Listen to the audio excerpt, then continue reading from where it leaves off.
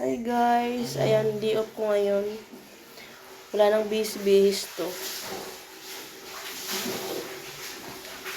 Punta ko sa Imus, papaayos ko yung relo ko dahil 3 months daw yung warranty, pero kinabukasan sira na agad. Gusto ko na lang tuloy bawiin yung binayad ko eh. Charot. So ngayon nga guys,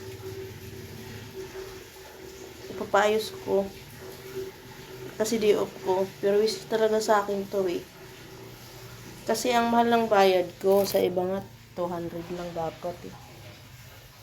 Pero okay lang yun. Pag hindi niya naayos to, ewan ko na lang. So alis muna ako ngayon guys, ang init. Walang payong. Sa loob ako ng bahay guys. Naghanap ako ng payong, wala akong makita. Sige, di bali na lang. Oh! Ano?